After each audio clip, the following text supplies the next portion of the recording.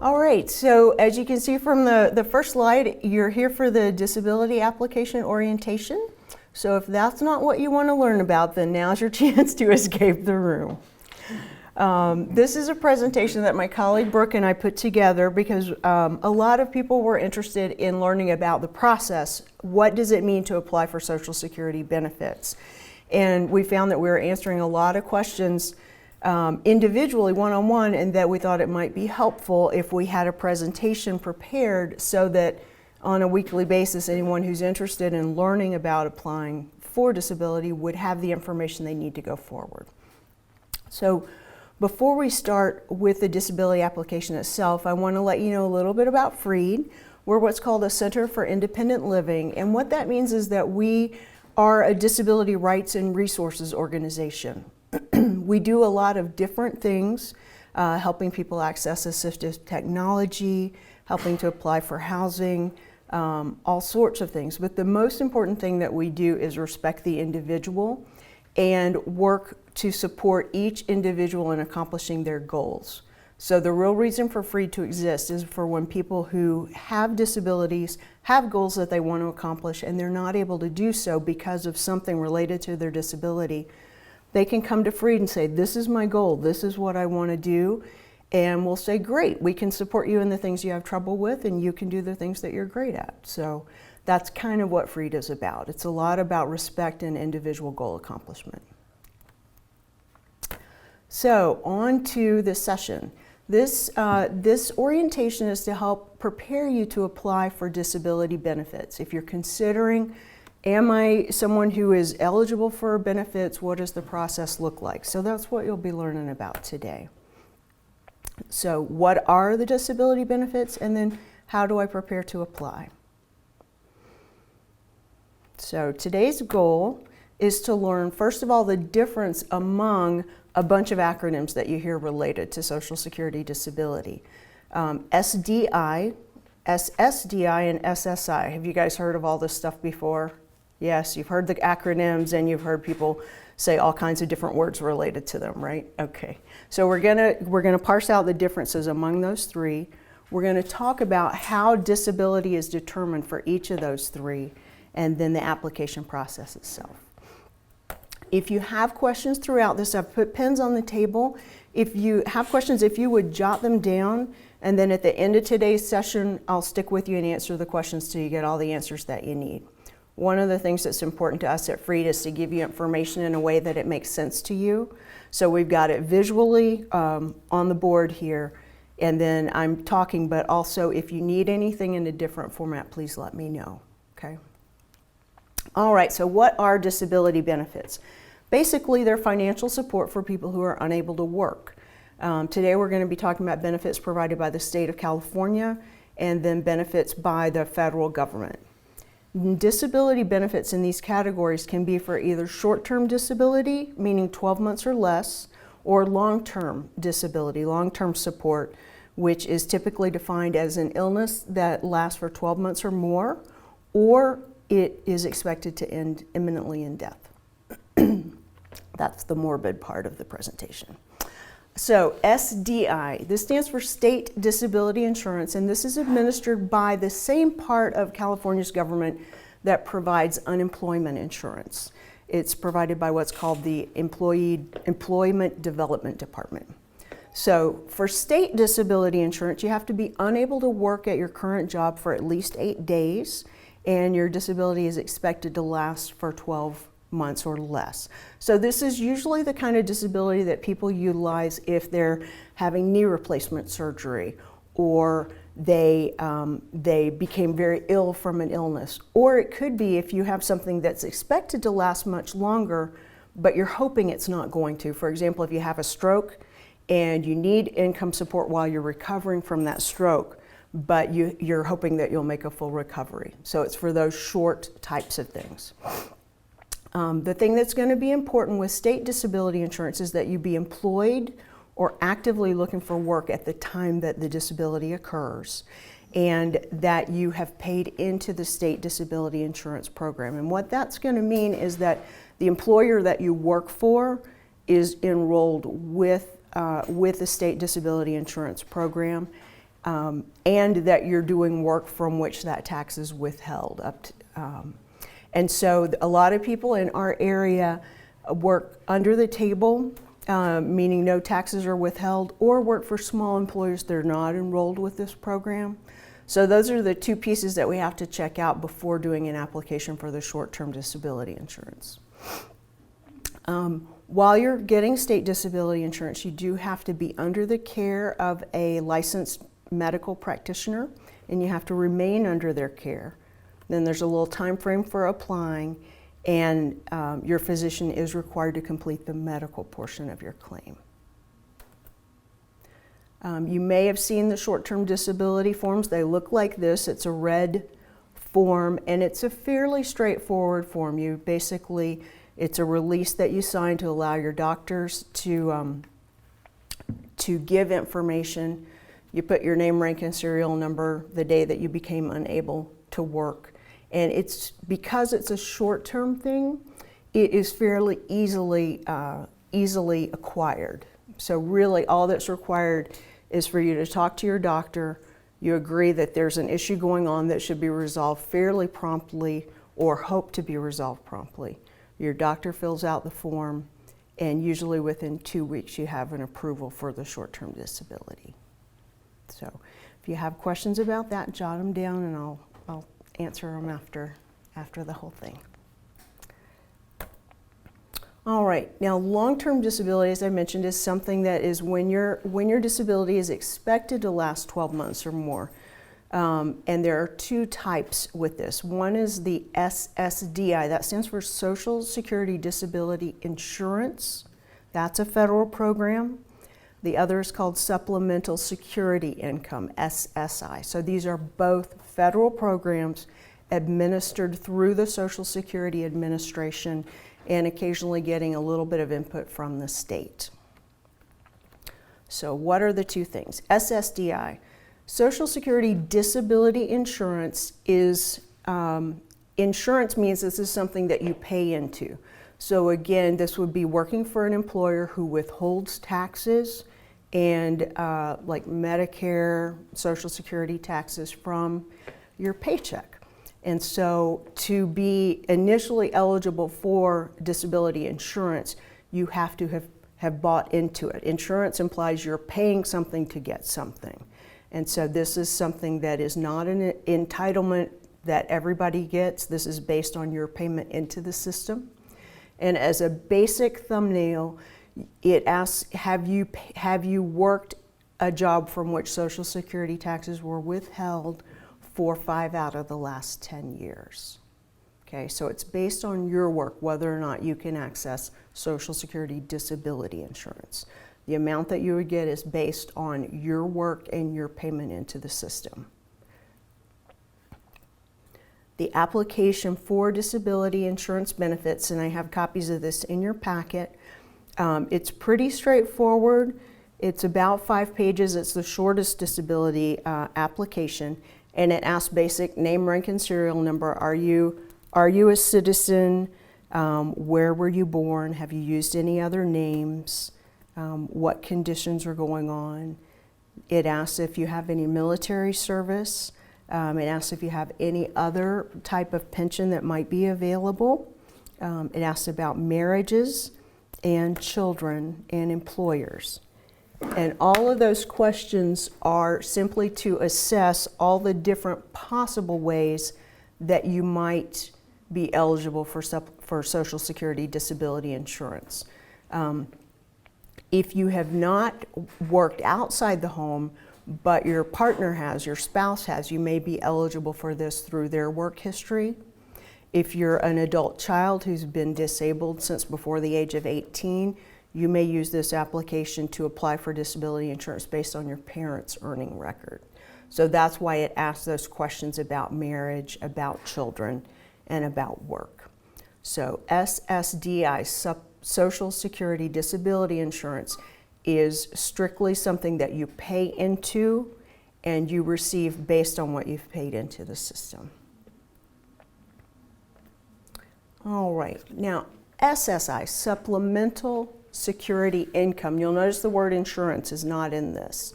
This is not something that you pay into.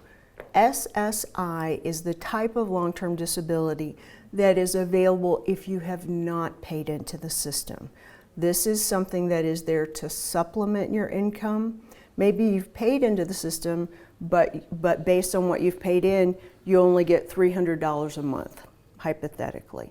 The Social Security Administration and California say, well, to really make it, you have to make at least $900 a month. So SSI, Supplemental Security Income, is to supplement what you may be getting through Social Security disability insurance to bring you up to about a $900 level. And that varies depending on whether you're homeless, getting housing for free, those types of things. So this is the aspect of long-term insurance that you would access if you haven't paid into the system.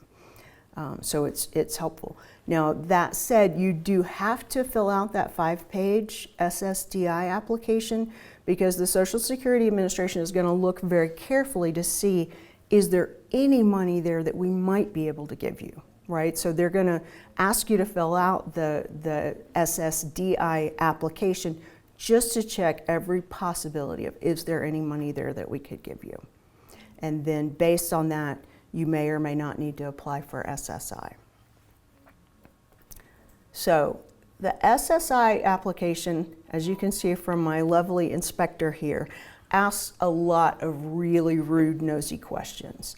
This is the most intrusive part of the application, and the reason that this is very intrusive is that SSI, Supplemental Security Income, is based strictly upon financial need. That is, assuming disability is determined to exist, the payment source of SSI exists purely on financial need.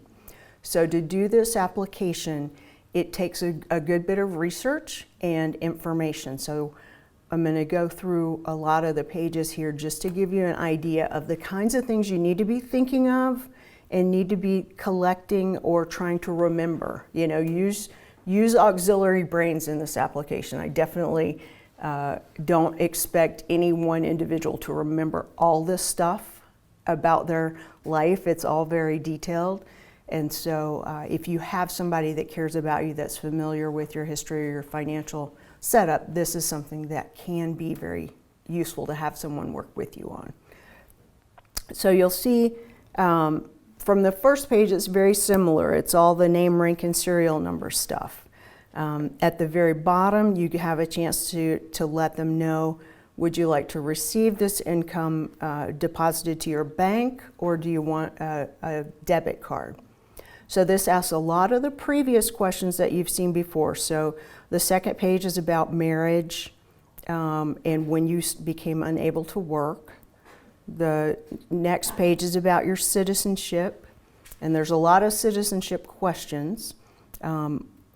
Most of the folks in the county here that I've worked with, most of them are citizens, so the next couple of pages typically you don't have to deal with, but they do ask if you are not a citizen, the level of information about your relationship to our country. Part 2, their living arrangements. It asks what kind of circumstances are you currently living in?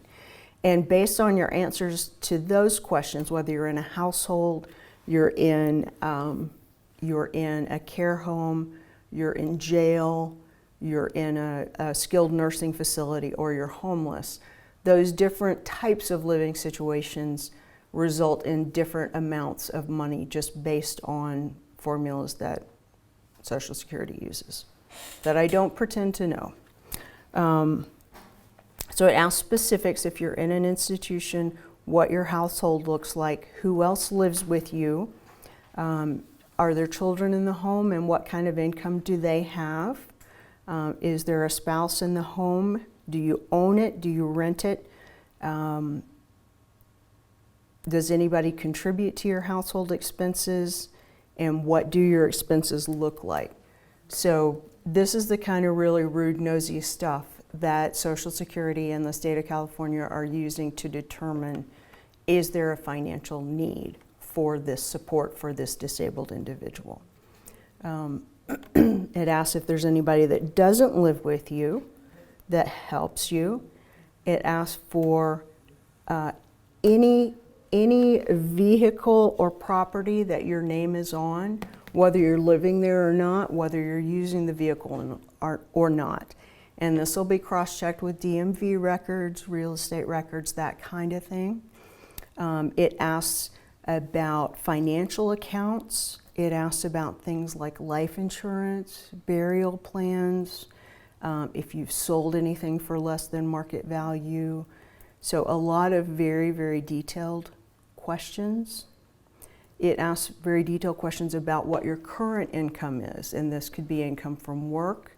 It could be general assistance income that you're getting from the state. It could be CalWORKS, which is California's name for temporary assistance for needy families, food stamps, pension, work comp, any source of income that you have. So this asks about it for you, and if you are married, it asks for that information about your spouse. So, so you can see there's a lot of detail that is required by this. It asks about self-employment, help you apply for food stamps. And so that's the basic information that is requested for SSI. So again, this is the financial aspect of the application. So any questions about that, I will definitely look forward to answering, because that's kind of a lot of information, and it's really, it can be pretty overwhelming. And that's one of the reasons that Brooke and I do assist people with this application. So one of the things that I'll talk about at the end is that if after learning kind of what all these pieces look like, if you feel like, okay, I'm ready to go, I understand that, I can comprehend a lot of written words, writing, all that stuff is pretty easy, then I've got some forms here, and I'll say, here you go, this is what you need to fill out at home to prepare.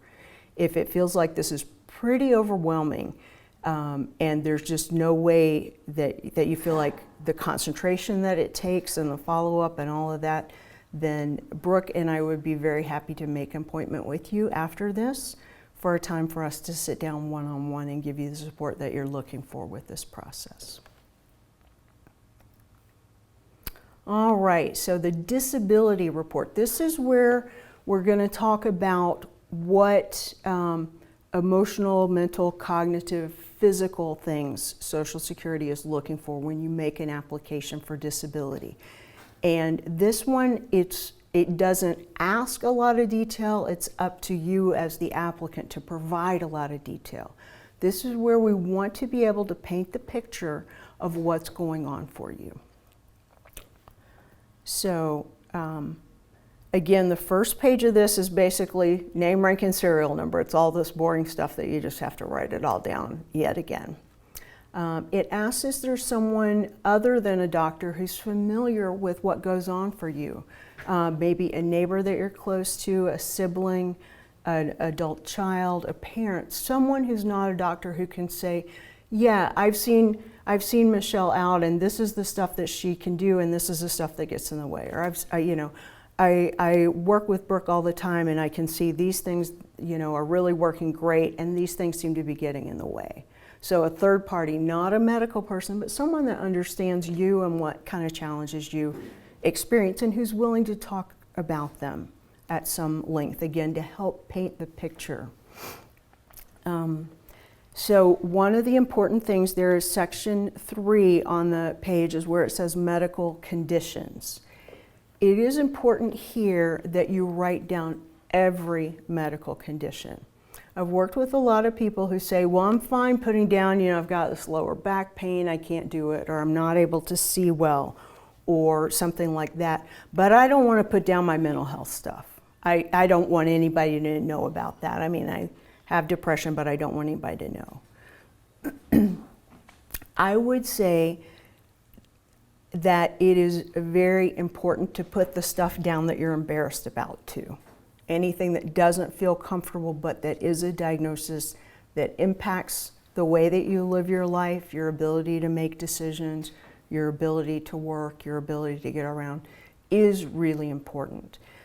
You don't have to put down every single diagnosis. You can certainly avoid putting down your mental health diagnoses, but what I would tell you based on experience is that that is not helpful. One of the reasons that you're applying or considering applying for disability is because of the things that get in your way of accomplishing your goals. Social Security doesn't need to know how things go for you on your best day, because that's not why you're applying. If every day was like your best day, you wouldn't be in here checking this out, you know? So when you apply for Social Security disability, it's really important that you talk about what your worst day is like, because those are the days when you need support. That's what Social Security needs to understand. And so, unlike when we're working together one-on-one with other goals, when we're working together to apply for disability, it's very, very important to paint a picture of your worst day. And then we'll move on after that, right? You don't have to focus on that, but we do have to do that for the application so that Social Security has some idea about what's really going on and why you're looking at the application. So I would encourage you to put down every single medical condition that you're currently diagnosed with. Historical things, not so important. So let's say you can't move because you can't move your shoulders or your arms without pain, let's say, because 20 years ago you had a car wreck and it broke your back. You wouldn't put broken back on this. You would put arthritis and bulging discs. You would put what's currently getting in the way of your being able to work. And that's what Social Security is looking at. They don't really care about anything else other than your ability to work. So we want to talk about what gets in the way of your ability to work. Okay. It asks for your height and weight. It asks about whether you're working. It asks when you stopped working or if you had to alter your work schedule to adapt to it. It asks about education and training. The reason for that is, again, Social Security is going to look and see, well, if you've been a logger and you have this, you know, you're not able to use your left arm anymore because of nerve damage from a tree falling on your shoulder. They're going to look at your education and training, and they may go, oh, you trained as a, I don't know, give me something, a sous chef. I don't know. If you've trained as a typist or you trained as something else. Logging may be all you've ever done, but they're going to look at that and go, oh, well, you know, it may be possible that there's a different kind of work where you can make more money than you're going to get from Social Security disability. And so that would be important information going forward. It asks about your school. It asks about your job history. It's looking for your work history in the last 15 years or your 5 most recent jobs, whichever is less. So if you had 40 jobs in the last 15 years, you only have to list the last 5. So I talked to a lady last week, and she, in the last, about the last 15 years, she'd had 38 jobs. Now that is somebody who's really trying hard to work, right? Different jobs, different things, not successful with that, but it's a really important history. So that's something we might write about in the comments section, but for this part of it, she only needs to list the last 5 jobs. All right, and if you've only had 1 job in the last 15 years, then it asks that you fill out this form about, hey, what was that job looking like? What were you required to do? How is your disability impacting your ability to do that? Section 7, medicines. This would include prescribed medicines as well as non-prescription things that any of your doctors recommend. Again, it's really important to list every single thing that you're currently taking, what doctor prescribed or recommended it, and the reason for the medication. This can be a good cross-check with your diagnoses listing. I was working with a gentleman who has congestive heart failure.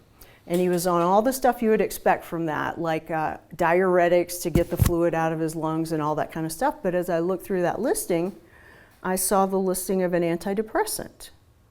Well, depression is really common following heart issues. So that led me back to say, hey, we didn't list depression on your list of diagnoses, but I see that you're taking an antidepressant. What's going on with that?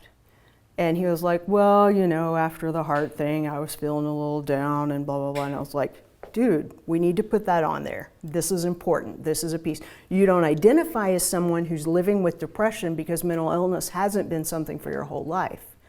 But when you have major heart issues, it's very common that someone experiences depression. Let's go back and add that on the diagnoses list. So the medication piece can be helpful for like cross-checking. Did I remember everything? Did I put everything down?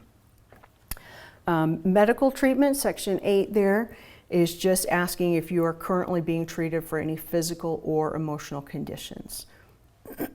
So then section 8 continues on the next page. You'll see it's a pretty comprehensive listing asking for the name of a facility or office that you've been to, name of a healthcare professional, contact information, when you visited, what type of visit it was. Was it an outpatient visit? Was it an emergency room visit? Were you actually admitted to the hospital? And then in the middle, the long horizontal pages, what medical conditions were treated, what kind of treatment was provided, and then were there any tests.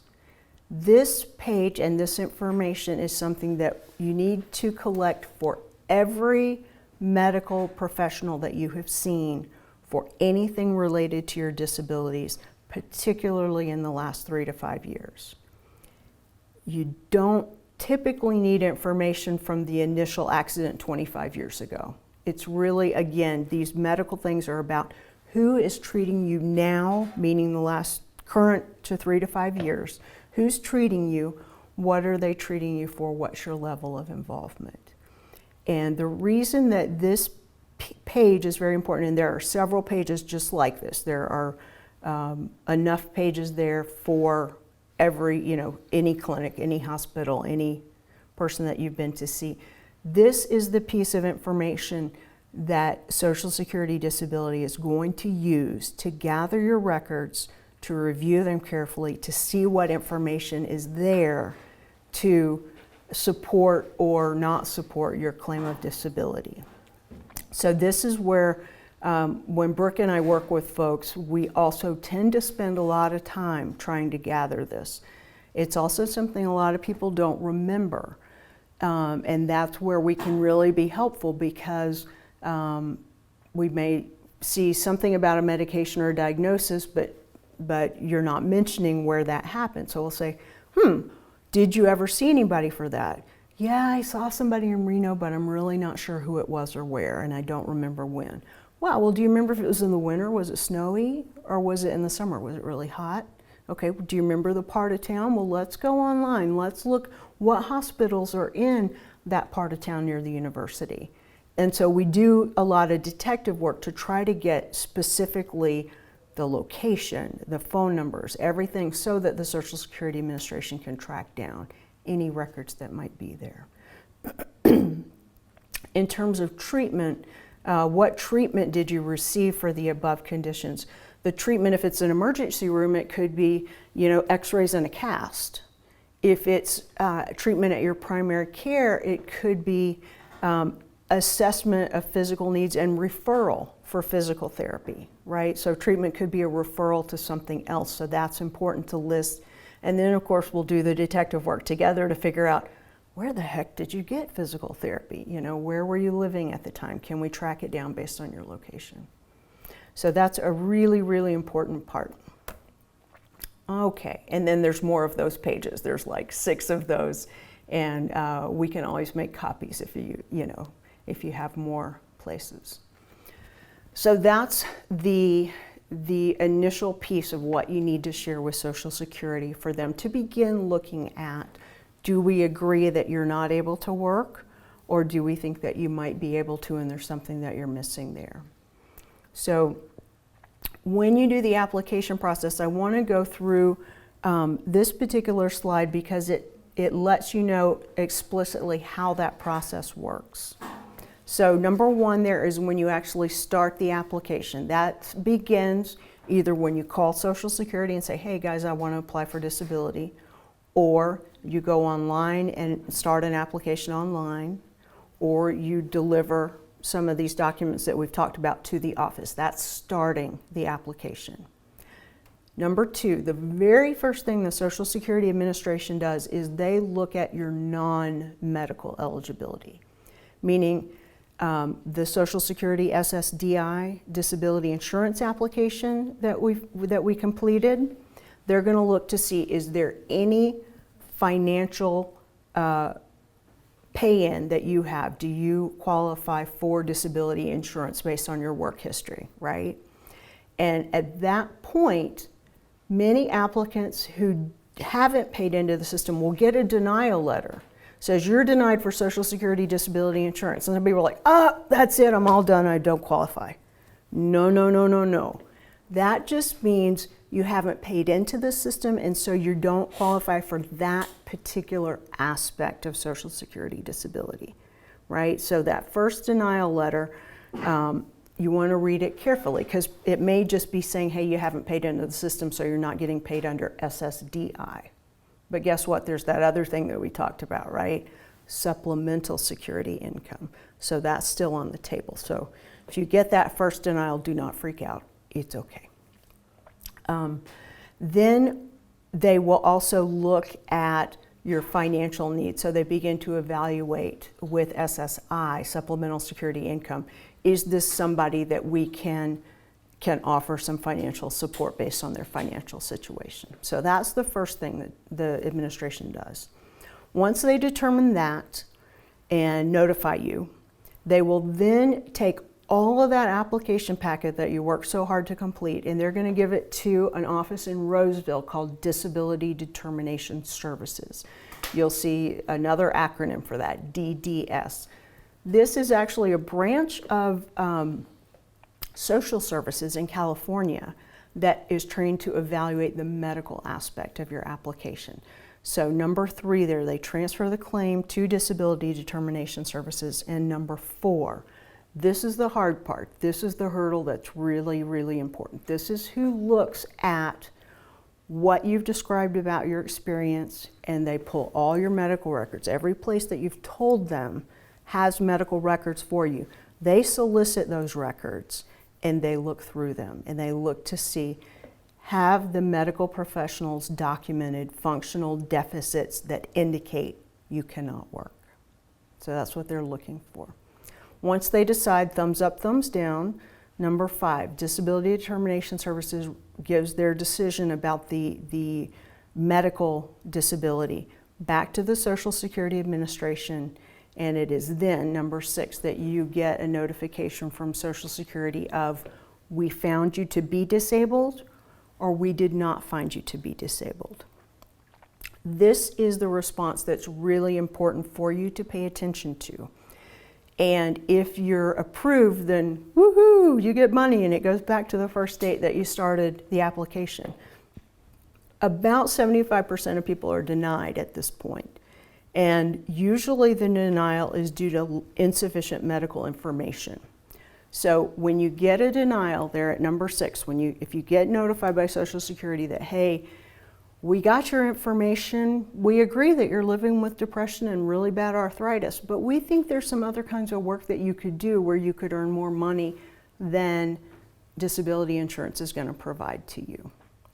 So at that point, that's a really good time, even if you've applied on your own, it's a really good time to call and make an appointment with Brooke or with me to look over that letter to see what are the reasons for the denial and what can we do to address those. In some cases, when we look at the reasons for denial, you might look at them too and go, you know, you're right, I think I can do better than this. I think I can probably make more money doing this part-time job that I've been trying to do than Social Security. And we'll say, that's cool, just keep up with your medical professionals and make sure that they are continuing to document any functional issues you have, because down the road it might be the case that you are not able to earn more than you would get through disability. Flip side of that is we look at it and go, wow, how in the world could they get all of that medical documentation and think that you are totally able to go work, 20, 30 hours a week and make more money? What is wrong with them?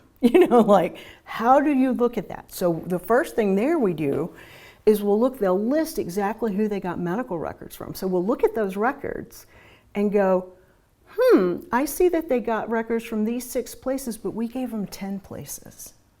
So that means 4 doctors didn't provide the documentation we asked them to provide. So that's when we go, okay, we're gonna appeal this, and the way that we're gonna start that out is contacting those doctors and saying, hey, did you give me that information? I want that, or you get it to, Social Security. So it could be you've got plenty of medical documentation, they just didn't get it all. And they try really hard to get it from every provider that you give them, but some places are just ornery and they're just not going to do it. So we have to rattle their cage a little bit. It also could be that maybe you have a disability, but like a lot of folks in our area, you're like, Western medicine, I don't think so.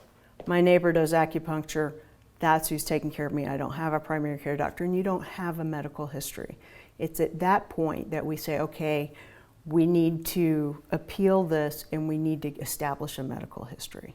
You need to be seeing some doctors who can give the medical information, because Social Security really doesn't care if you're being treated by somebody and you're getting great results from a Reiki practitioner or someone else like that. Chances are Social Security really doesn't care about that. They want to see what the medical doctors say. So a denial is not the end of your application. It is a starting point for what else do we need.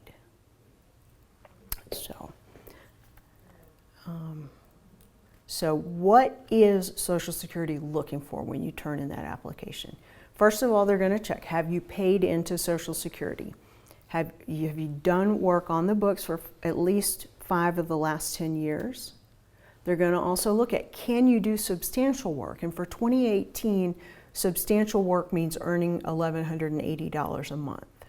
So if you are doing work or can do work where you earn that much or more, that's probably what you want to be doing, because you're going to be making more money doing that than you will with your disability. So they're looking at that as well. The third thing up here on the slide is in red because it is the most important aspect of this. If you are working with a doctor and you are thinking about applying for Social Security, it is imperative that you talk with your doctor and say, hey, I'm really running into some problems working. I keep trying and it's not working for whatever reason.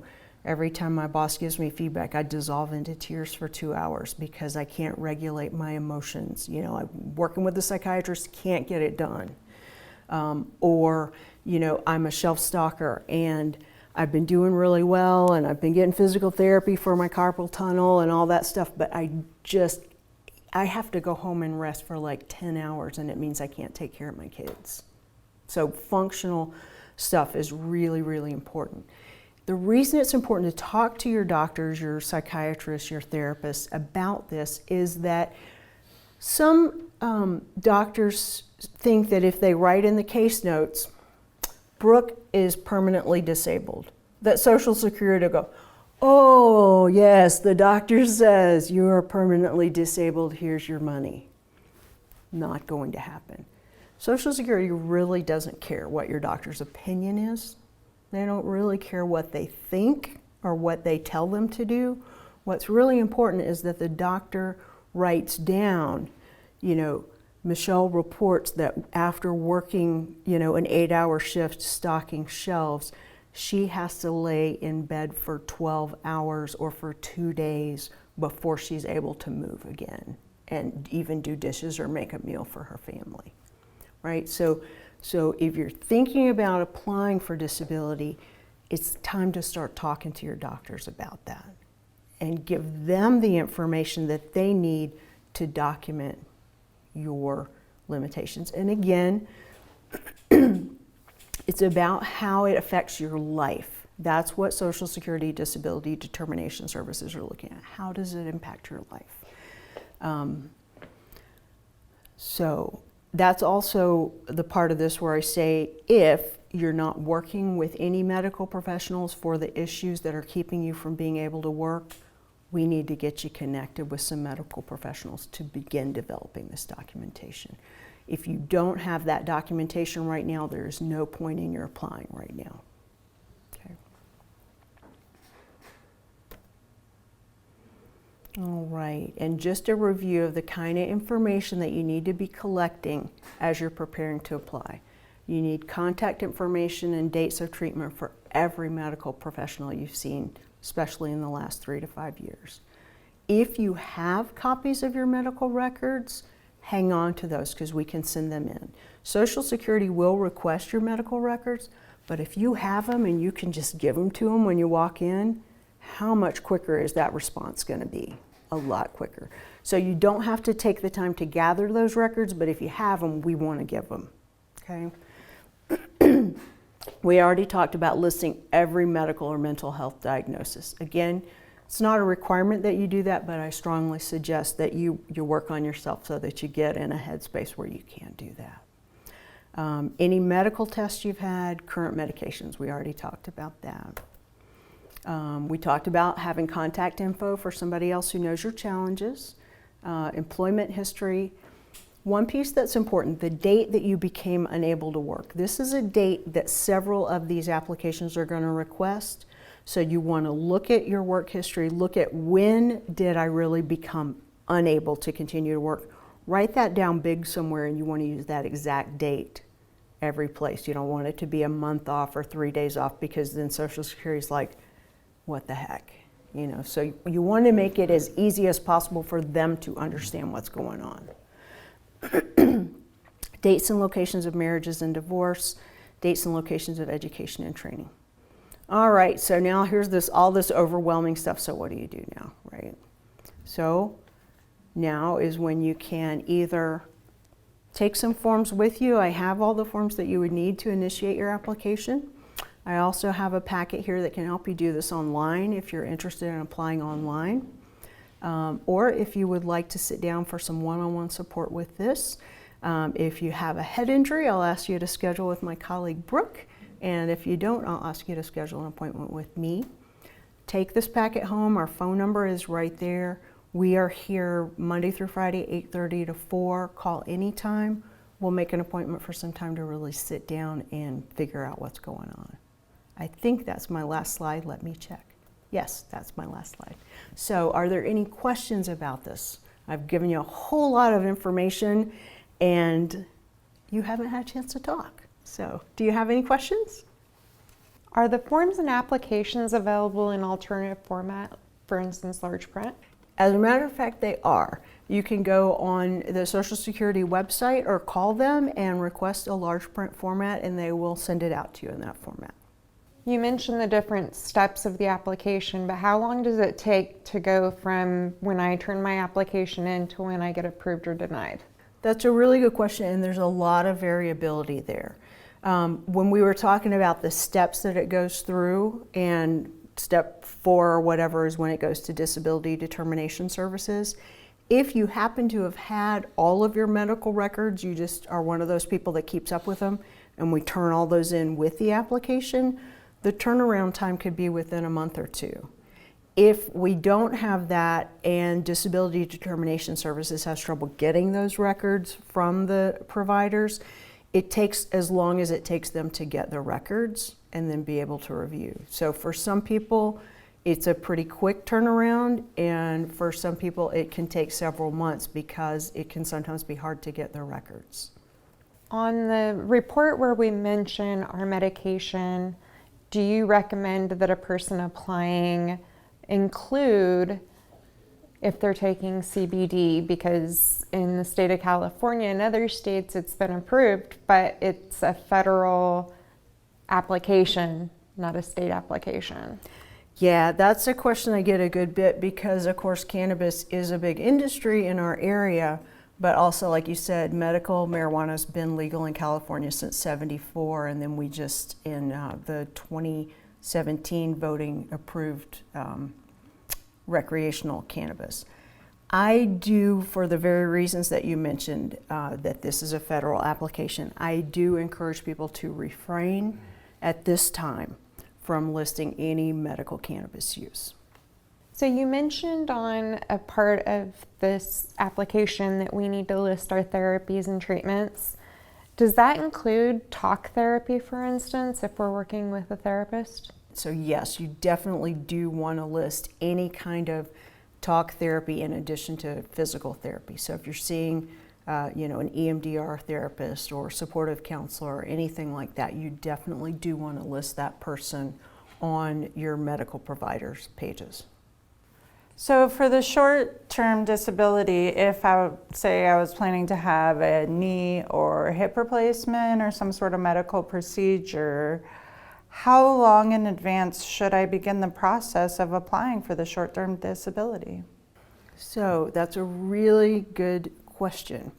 And first of all, I wanted to again just say the short-term, the state disability, the SDI, that's through the state, your short-term disability. And it is good to plan ahead to know you're going to be applying, and you can actually fill out most of the paperwork and maybe even get the doctor to fill it out, but you cannot apply until 8 days after your first day of work missed. So you can't apply ahead of time, but you can complete all of your paperwork, which is just a few pages on that red and white application, get all of that information together and ready, and then after you've missed like 7 days of work, you can then put it in the mail or activate the application online. So you can't do it ahead of time, but you can prep it so that when you're feeling all terrible from your surgery, it's all ready to go. So with working into the system, you said that you have to work 5 of the past 10 years. Does it matter if you work part-time or full-time for that? Whether you work part-time or full-time in and of itself is not important. What is important is when I say working 5 out of the last 10 years, that's a very generic way of looking. What Social Security actually does is they go back and look at all the quarters of work in the last 10 years. And a quarter of work means, just like it sounds, it's a 3-month period. So January, February, March, April, May, June, July, August, September. And there's a certain amount of money that they're looking for you to have earned in each of those quarters, and they count how many quarters of work. You can typically earn a quarter of work with part-time employment. So it doesn't always have to be full-time. But what they're looking at is over that period of time, how many of those quarters have you earned X amount of dollars for whatever that year's quarter is. So they're actually looking, Social Security is looking at it a little more specifically than just 5 of the last 10. But I use that just as kind of an average way to look at your own work history. I'd be glad to, when we're working one-on-one, I'll be glad to look up what exactly the definition of quarter would be, the amount would be, and we can look at what your income has been and if it fits into that definition. If someone is working and needs to enter into drug and alcohol rehab, can they get short-term disability for while they are in residential treatment facility?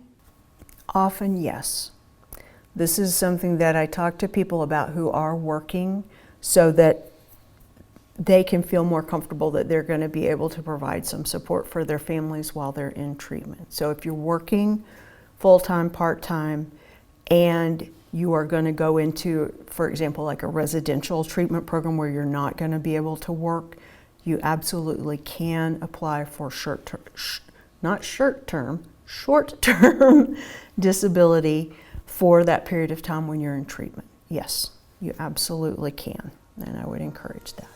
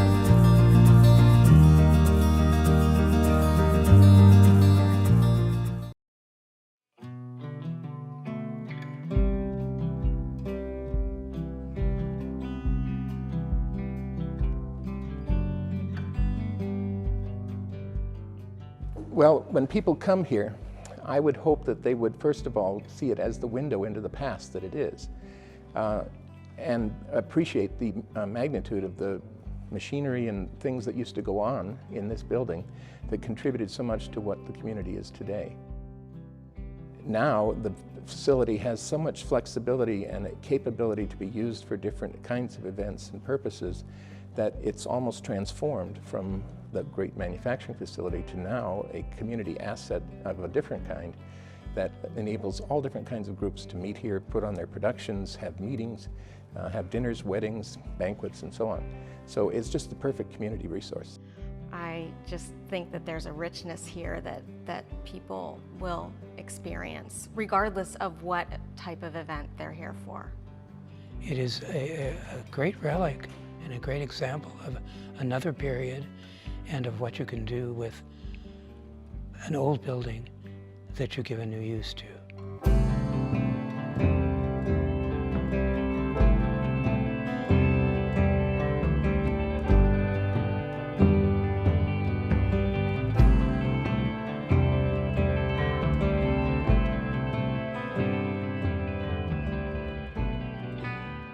What exactly is the Foundry?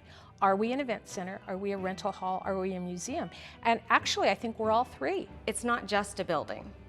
It's a place. It's really important for us to have a sense of place. And I think the Foundry really helps ground us in where we live, not just Nevada City, but Nevada County.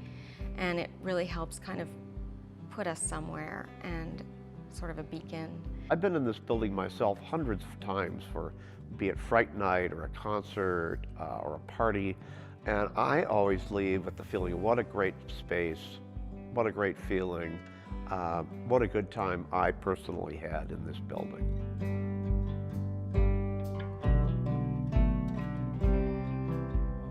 When they come here, it's not just a building, but it was a historic site, and that we should maintain it, preserve it as long as we possibly can. Our past is part of our future, and I think that this building is truly one of the treasures of Nevada City, and it's important to be kept for that reason. I just remember the definition that guided us early on, which was that we are in honorable competition with our ancestors. They built this building. They handed it down to us. And now it's up to us to hand it on to the next generation and keep it preserved and intact.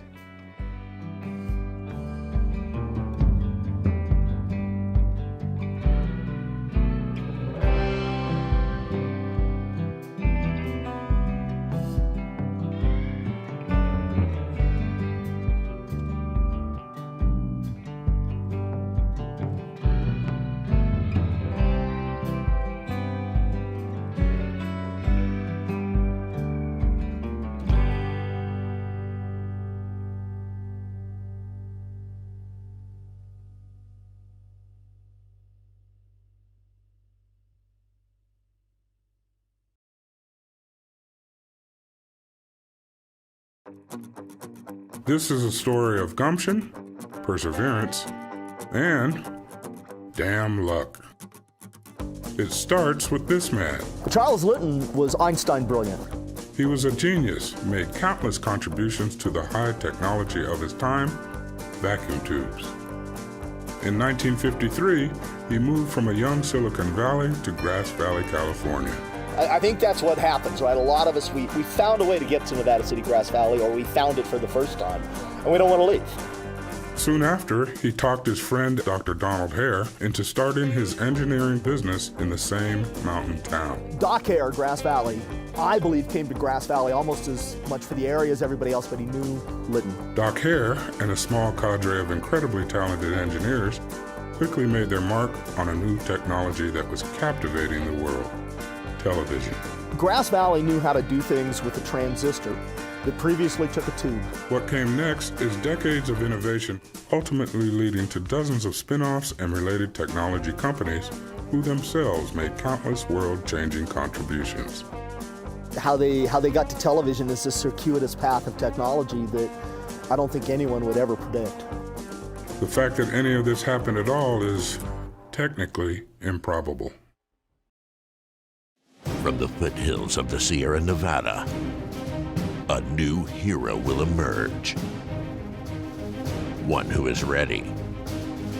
One who makes sure their friends and family are set. And has the power to go at a moment's notice. This fire season, you're the hero. We are Ready Nevada County.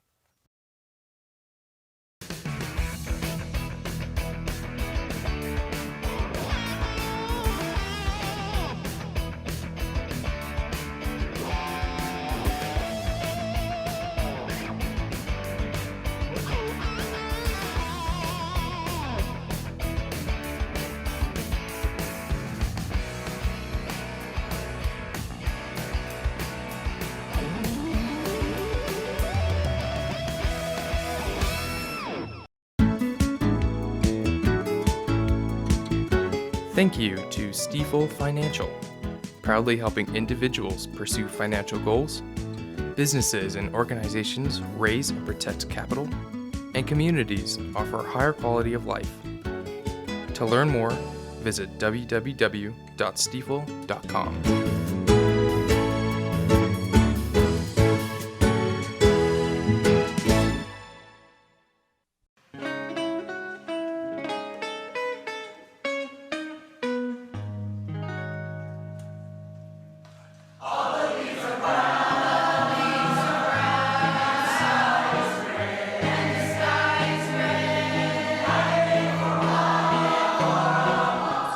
It's a lot of fun and hanging out with people that you know and friends and getting to sing and have a good time. Actually, you don't have to be like a singer or trained singer or anything like that, so it's a community event. The fellow that conducts it, puts it on, he drills everybody in the different harmony parts, so it's super friendly, real community friendly. It's not about the quality of your singing, it's just about the participation.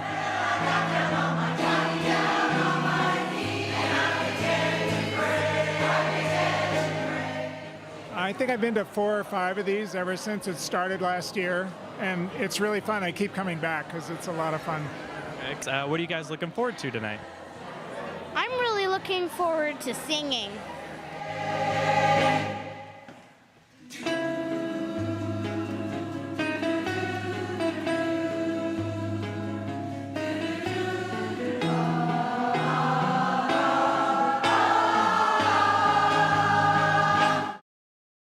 Fighting wildfires is dangerous work. Firefighters and pilots like us put our lives on the line every day to protect Californians.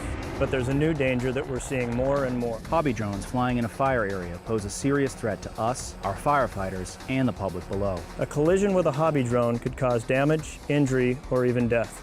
We need your help. Don't make our jobs even more dangerous. Remember, if you fly, we can't. Learn more from CAL FIRE at fire.ca.gov. Hi, my name is Chelsea Walterscheid. I work for the Sierra Business Council. One of the projects we manage is Blue Tech Valley. We are one of 6 cluster hubs in the state of California looking for people with ideas in the water, energy, or agricultural nexus. If you are someone with a great idea or know somebody, we can put you in contact with a great team of people who will look at your product or your concept, test it, and go further with it, hopefully bringing you to market. For more information, you can go to bluetechvalley.org directly, or you can call us at the Sierra Business Council, 530-582-4800, or email me, cwalterscheid@sierrabusiness.org. Thank you.